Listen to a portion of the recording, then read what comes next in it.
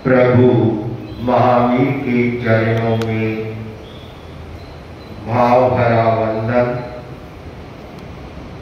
युग प्रधान महातपस्वी आचार्य श्री महाश्रवण जी के श्री चरणों में भाव भरा वंदन। समुपस्थित धर्म सभा स्वभाव परिवर्तन सप्ताह और उसके साथ शांत सहवास के सूत्र आज का यह विषय है कि शांति सभी चाहते हैं। कोई भी अशांति को नहीं चाहता। शांति सबको प्रिय है, लेकिन फिर भी जो चाहता है आदमी वह उसे नहीं मिलता, जो नहीं चाहता है वह मिलता है। ये संसार का, दुनिया का एक क्रम है। लेकिन फिर भी हम लक्ष्य निर्धारित करें, इस चीज को समझें, तो हम शांतिपूर्ण सहवास कर सकते हैं। हम आराम से इस जिंदगी को है जी सकती है, क्यों मनुष्य सामाजिक प्राणी है। वह समाज के साथ में जीता है और समाज की सबसे छोटी इकाई होती है, वह है परिवार। परिवार व्यक्ति, परिवार फिर समाज होता है। तो सबसे छोटी इकाई है वह है परिवार है। आदमी अपने परिवार में शांति से रहना सीखे, उसके लिए अपेक्षित अपने स्वभाव का परिवर्तन करे, बदले। और जब व्यक्ति लक्ष्य बना ले तो वह अपने आप को बदल सकता है। हाँ, जिसे लड़ाई झगड़ा या तू मैं करनी ही है, वो तो एक अलग बात है, उनको उसी में रस आता होगा। नहीं, बहुत कुछ काम शांति से कर सकते हैं। टीचर ने बच्चे से पूछा कि बताओ, एक काम को तुम्हारी मम्मी करती है 1 घंटा लगता है, पापा और मम्मी दोनों मिलकर करेंगे तो कितना टाइम लगेगा? बच्चे ने तपाक से उत्तर दिया 2 घंटे। टीचर का माथा ठनका कि 2 घंटे कैसे? कि मेरी मम्मी मेरी पापा पहले तो ये करेंगे, तुम कर तुम कर तुम कर तुम कर, इसमें टाइम लगा देंगे। काम तो दोनों मिलकर करेंगे, आधे घंटा में हो जाएगा, लेकिन तू मैं में वो टाइम निकल जाएगा। यह है जिंदगी की हकीकत। ये आदमी परिवार में रहता है, परिवार के साथ जीता है, लेकिन वह शांति को है छोटी छोटी बातों को लेकर के वह भंग कर देता है। हम इसे समझें कि हमारी चेतना के भी 2 रूप होते हैं। 2 रूप हैं।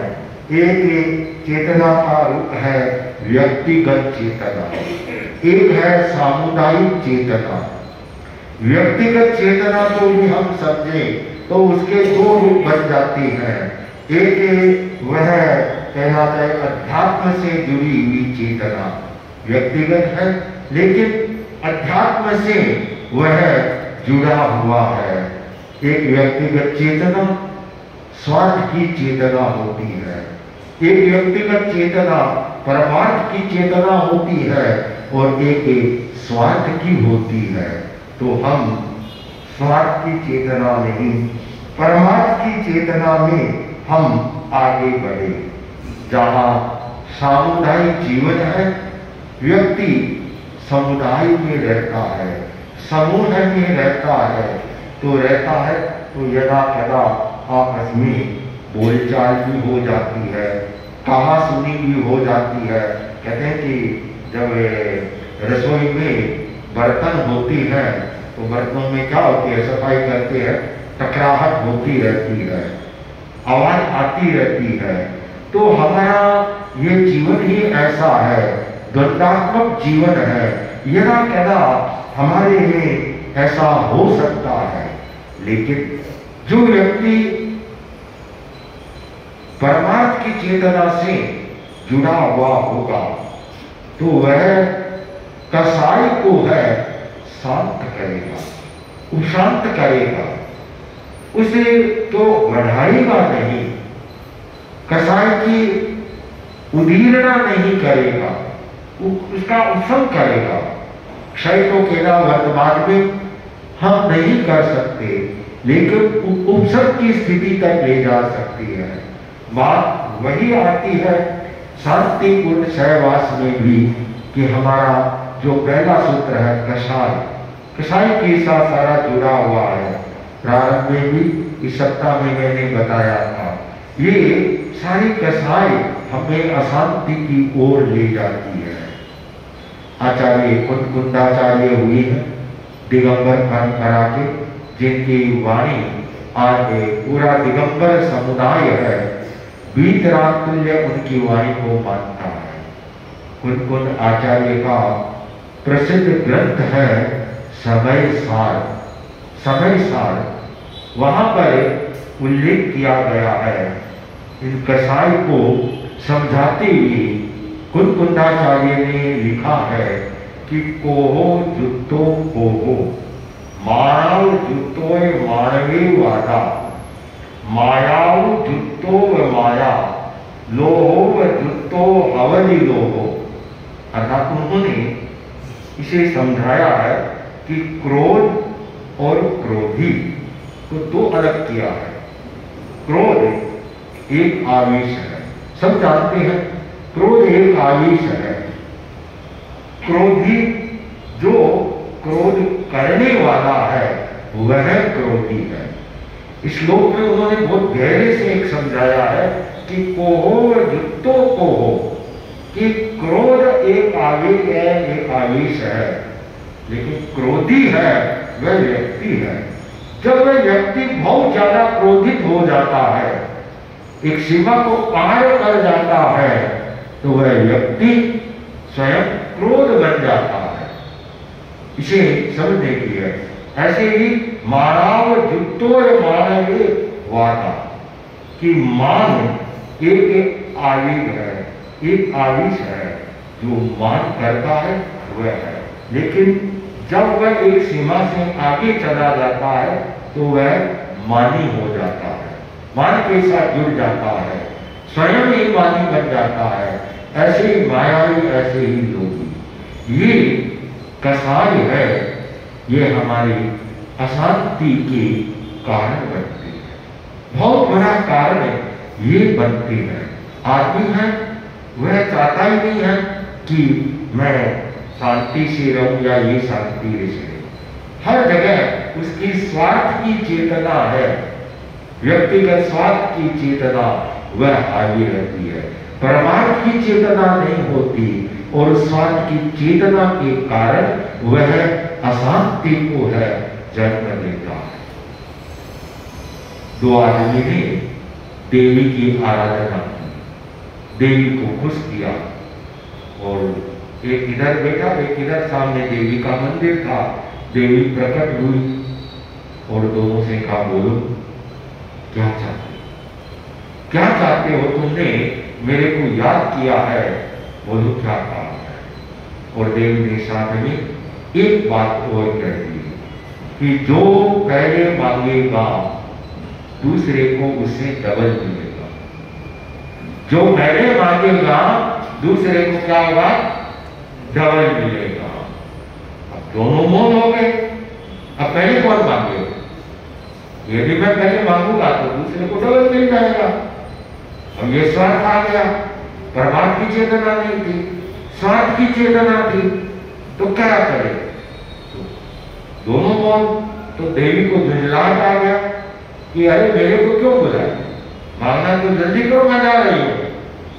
तब एक आदमी ने सोचा क्या मांगू, तो उसने क्या मांगा कि देवी एक काम करो, मेरी एक आंख को फोड़ दो, दूसरे को डबल मिलेगा। तो दूसरे की, अब देखिए ये है आदमी की स्वार्थपरक जो सोच होती है, वह यह होती है। ऐसी सोच है तो उसे शांति कैसे मिली, कैसे रह सकता है? वह नहीं रह सकता कि वह दूसरे की तरक्की या दूसरे का डबल होना उसे स्वीकार ही नहीं है। इसलिए सारी की सारी जिंदगी है उसकी तकरार में, ऐसे में ऐसी चली जाती है। और वह क्या करता है कि एक दूसरे की चिंता कर दें या और कर दें, अतीत को याद करता रहेगा, ये था, उसने मेरे साथ ये किया, उसने ये किया, ये किया। वर्तमान को नहीं देखेगा। मूल्यवान होता है वह व्यक्ति का वर्तमान होता है जो प्रवाहमान है, और उसको पकड़ करके सुधारा जाए सुधर, और अतीत को पकड़ करके बेच जाए तो कुछ नहीं होगा। इसलिए आदमी ज्यादातर क्या होता है कि पीछे की बातों को बहुत पकड़ करके रखता है, उसे छोड़ना ही नहीं चाहता है। यानी कि गुजरी हुई जिंदगी को कभी याद ना कर, गुजरी हुई जिंदगी को कभी याद ना कर, तकदीर में जो लिखा है उसकी फरियाद ना कर, तकदीर में जो लिखा है उसकी फरियाद मत कर, जो होगा वो होकर रहेगा, जो होगा वो होकर रहेगा। तुम कल की फिक्र में अपनी आज की हंसी को बर्बाद मत कर, तो कल की फिक्र में आज की हंसी को बर्बाद मत कर। हंस मरते हुए भी गाता है, हंस मरते हुए भी गाता है, और मोर नाचते हुए भी रोता है। हंस मरते हुए भी गाता है और मोर नाचते हुए भी रोता है। यह जिंदगी का फंडा है दोस्तों, यह जिंदगी का फंडा है दोस्तों। दुखों वाली रात नींद नहीं आती, दुखों वाली रात नींद नहीं आती, और खुशी वाली रात कौन सोता है, खुशी वाली रात कौन सोता है। तो हम अपने आप को थोड़ा सा सुधार लें, परिवर्तन कर लें, तो हम स्वयं शांति से है वह जी सकती है। तो उसका एक सूत्र बना, कसाय की उपशांतता। जितनी कसाय उपशांत होगी हम शांतिपूर्वक जी सकेंगे। दूसरा है विचारों से दूर न भागे। विचार आते हैं, जैसे भी बताया अतीत के विचार आते हैं, उन विचारों को पकड़ना सीखें, उसे भागे नहीं। विचार आती है और वे आएंगे, क्यों हमारा चिंतन या हमारी चंचलता ही ऐसी है कि विचारों का सतत प्रवाह चलता है। तो विचारों को से भागे नहीं, डरे नहीं। क्या करें? उनको देखना सीखें। विचारों कैसे भी विचार आ रहे हैं, चाहे नेगेटिव विचार है, चाहे पॉजिटिव विचार है, चाहे कैसे भी है, आप केवल उन्हें देखें। विचारों को केवल देखने का तात्पर्य है कि आपको उनकी विचारों के साथ जोड़ना नहीं है, केवल देखना है। न उनके साथ राग करना है, न उनके साथ द्वेष करना है। न राग न द्वेष, दोनों से मुक्त होकर जो एक विचार का तंत्र चल रहा है उसे आप देखते रहे, देखते रहे, देखते रहे। आपकी सोच, आपके विचार बदल। यह एक बहुत ही गहरी बात है, और इसका प्रेक्षाध्यान आदि शिविरों में विचार प्रेक्षा का एक प्रयोग कराया जाता है कि व्यक्ति निर्विचार की स्थिति में नहीं पहुंच सकता, लेकिन अपने विचारों को कैसे बदले, चिंतन को कैसे मोड़ दे, तो उसके लिए है कि विचार को वह देखना सीखे। फिर इससे अगला जो स्टेप होता है वो होता है जर्निंग करना। जो विचार आपको आ रहे हैं जर्निंग करें, अर्थात उन्हें लिखें। आप लिखते जाए, लिखने से आपको विचारों में परिवर्तन आएगा। मान लो किसी के साथ आपकी दुश्मनी है, उसने आपका अपमान कर दिया, बहुत गहरा अपमानित हुए, आप बबूला हो गए, तो क्या करेंगे कि बैठो और जर्नलिंग करो। जिसने व्यक्ति ने किया है आप उसको लिखना चालू करें। जितने भी आपके मन में विचार आ रहे हैं बोलो मत, एक भी शब्द नहीं बोलना, बैठ कर लिखे जाओ। और लिखने के बाद उसको पढ़ो। पढ़ने में जहां लगे कि ये जरूरत नहीं, ये जरूरत नहीं, उसको कटिंग करते जाओ, उसकी एडिटिंग करते जाओ। विचार बदलेंगे। आपको सामंजस्य बिठाने की कला है वह आनी चाहिए। शांति से जीना है तो सामंजस्य एक ऐसा सूत्र है कि जो सबको एक साथ में समाहित कर, जो सामंजस्य के इस सूत्र को पकड़ लेता है, आत्मसात कर लेता है, तो वह सबको अपना बना लेता है। कैसे करें सामंजस्य स्थापित, कैसे करें? पिता के किसान था, किसान के 2 पुत्रियां थी और उनकी शादी की गई। एक लड़की की शादी किसान के घर में हुई और एक लड़की की शादी कुम्हार के घर में हुई। शादियां हो गई तो पिता के मन में आया दोनों बेटियों को देख करके आओ कि वो कैसे है, अपने परिवार में खुशहाल तो है। पिता आया, बैठा और बातचीत की, बेटी से पूछा कैसे क्या है, तो बेटी बोली कि पिताजी भगवान से प्रार्थना करें, बरसात नहीं हुई है, बरसात हो, खेती सूख रही है, यदि बरसात नहीं होगी तो हमारी खेती का क्या होगा, आप भी प्रार्थना करें। ठीक है बेटा। से मिले दूसरी, उसी गांव में दूसरी लड़की थी, उसी के घर पर आए कि उसके कुम्हार क्या था, और वह बैठे बेटी को पूछा तो बेटी बोली कि पिताजी भगवान से प्रार्थना करो कि अभी बरसात न हो, हमारे घरे पकड़ रहे हैं, अलाव लगेगा, यदि अभी बरसात हो गई तो ये सारे पानी गिरते ही सारा वापिस मिट्टी हो जाएगा, तो भगवान से प्रार्थना करें कि बरसात न हो। अब बोलो क्या करें? भगवान से क्या प्रार्थना करें? बरसात की करे या बरसात न होने की करे? किसकी प्रार्थना करें? पिता समझदार था, उसने दोनों बेटियों को बुलाया और कहा देखो तुम मेरे बराबर की बेटियां, दोनों के ऊपर मेरा बराबर का स्नेह है, प्यार है। देखो यदि अच्छी बरसात हो, ऐसी अच्छी खेती हो, तो तुम अपनी छोटी बहन को भी ध्यान रखना, इसको भी सहयोग कर देना। और यदि बरसात न हो और तुम्हारे इतने बर्तन पकेंगे बिकेंगे तो तुम्हारी अच्छी कमाई होगी, तो तुम भी अपनी बड़ी बहन को हेल्प कर देना, सहयोग कर देना।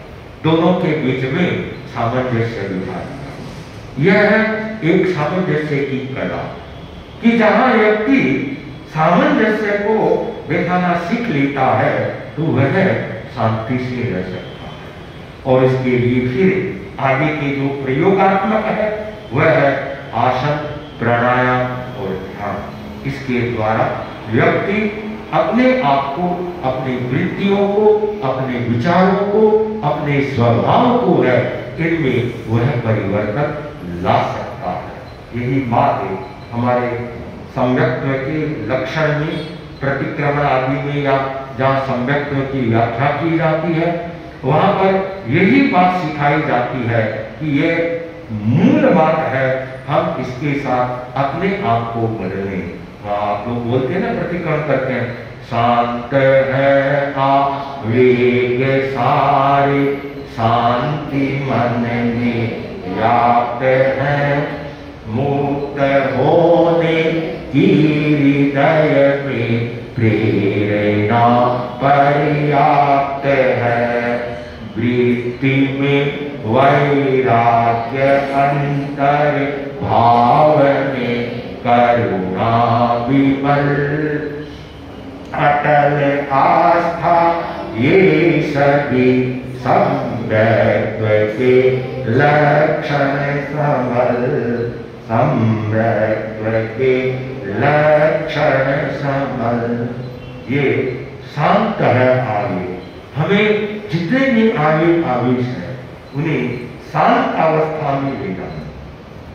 जब शांत रहेंगे तो मन में भी शांति आएगी, आसपास में शांति होगी, वह स्वयं शांत रहेगा, दूसरे की शांति को भी वह भंग नहीं करेगा, और वह इससे कसाय से भी मुक्त होगा, और साथ में उसकी वृत्ति में है वह वैराग्य रहेगा कि मेरे ऐसे कोई कर्म का बंधन न हो, इनके द्वारा कर्मों का बंधन न हो, उसकी वृत्ति में वैराग्य रहेगा, उसके आचरण में करुणा रहेगी, वह सबको अपने आत्मा के समान समझेगा। तो ये सारे के सारे इन चीजों को हम अपने जीवन के साथ में जोड़े तो हम आराम से शांत सहवास का आनंद है वह ले सकती है। अस्तु, इसी भावना के साथ ओम।